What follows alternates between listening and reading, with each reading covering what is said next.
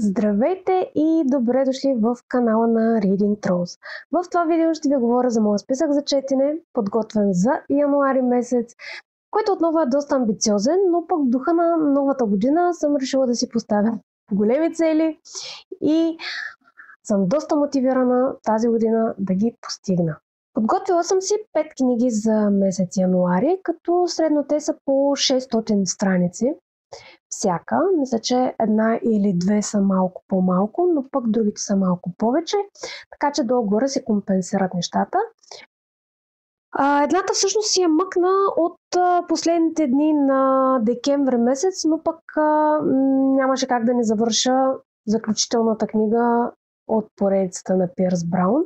Казвам заключителна, защото всъщност само 3 са преведени на български. Има още няколко книги на по-късен етап издадени на английски, но пък от това, което съм чела, всъщност Утренна звезда може да се приеме и като завършек на поредицата. Не знам дали ще приключа до третата книга или ще продължа с другите на английски, но към момента съм решила този месец да приключа с третата книга, която е Утренна звезда. За тези от вас, които не са чували за поредицата, Червен изгрев е научно-фантастична сага, която се развива в далечното бъдеще. Хората са колонизирали космоса. Главният герой Даро е от най-нишата класа на обществото. Всъщност много интересно е подредена иерархията в обществото, като най-високо са златните, най-ниско са червените, всъщност и още няколко цвята, но да, Даро е от най-ниската класа и всъщност ние проследяваме неговото пътешествие, израстването му от роб до един от висшата класа. Той се присъединява към бунтовническа организация, която се бори за свободата на нисшецветните. Втората книга, която съм си набелязала от доста време всъщност, но остана за месец януари, е Кръв на Цветъл Пристън от Емил Ланг. Даже за да си имам дружци, с които да обсъждам книгата, понеже е моят ред да избирам книга в книжния клуб, избрах именно тази книга. Много ме е интересно, понеже някои от момичетата не са върли фенове на фентазито, както съм аз, примерно, чета предимно фентази. Много рядко излизам от зоната си на контор. Не, фентази и научна фантастика. Но да, много рядко излизам от зоната си на комфорт. Какво става въпрос? Преди 3 века пророк Леон получава видение от бог Ферин как да създаде град, който да бъде светъл пристън, защитен от вечната зима и от злокобната зараза, наречена мор. Главната героиня е единствената жена, която успява да стане висш маг в този град Тиран. И по пътя на своето пътешествие всъщност тя се сблъсква с много интриги, много вълнуващи приключения и се опитва да разкрие тайните на магията. И голямата изненада, разбира се, е една много нашумяла книга, която сигурно няма как да не познаеш, че съм включила в TBR за януари, предвид целия шум. Не можете да познаете. Това е една книга, която масово всички чакат. Да, това е Буря от Оникс. Световната премиера е на 21 януари. На български излиза на 25. Не знам дали изобщо трябва да говоря нещо за тази книга, но предполагам, че все още има и хора, които не са чели нито първа, нито втора.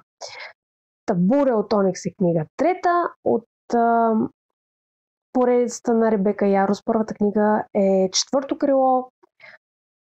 Историята разказва за младо момиче, което е принудено да се обучава за ездач на дракон, въпреки че това, което тя иска да прави, е да бъде книжовник. Тя е принудена от майка си, която е висш генерал, и всъщност от момента, в който Вайлет стъпва в елитния университет за ездача на дракони, започват и нейните приключения. Там тя разбира, че не всичко е такова, каквото майка ѝ е казвала, среща се с тайнствения син на бунтовниците и заплита голяма каша. Така. Четвъртата книга я добавих, понеже съвсем случайно разбрах за един скандал, който се вихри и социалните мрежи, и това е Безсилна на Лоран Робъртс. Това, което феновете обсъждат, е, че сюжетът супер много наподобява сюжета на Алената кралица на Виктория Айвард.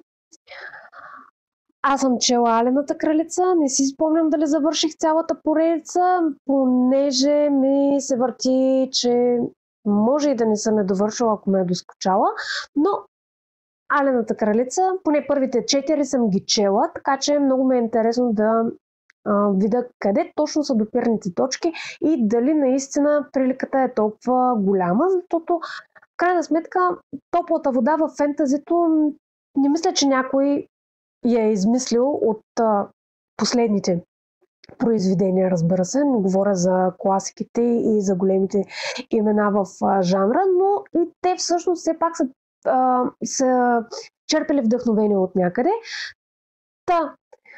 Въпросът е дали идеите са преразказани по някакъв оригинален начин, който да не натъртва и да не наподобява прекалено много сюжета на Алената кралица. Очаквай някаква присъда от мен в близко бъдеще. И накрая, но не на последно място по важност, Брандън Сандърсън. Тази година съм си обещала да бъде годината на Брандън, като за начало реших да направя един препрочет на Мъглороден ера първа, т.е. последната империя започвам. Това е и първата книга по реда на четене, който самия Брандън Сандърсън препоръчва. Действието на последната империя се развива в един доста мрачен свят. Той е покрит с пепел. Магията се казва аломантия.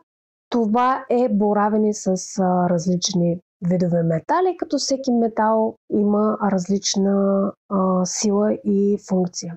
Младата героиня Вин разбира, че притежава магични сили, доста уникални всъщност, и тя се присъединява към бандата на харизматичния Кел Сайер.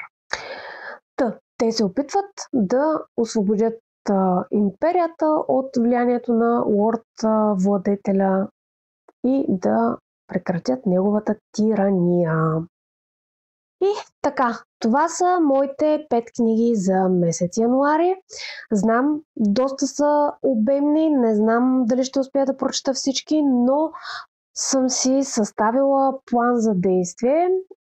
Много сериозно мисля да си го спазвам и да успявам да отделям малко повече време през деня да чета. Освен вечер, трябва да вмъкна поне 1 час и през деня. Ще видим. Очаквай ревюта на книгите.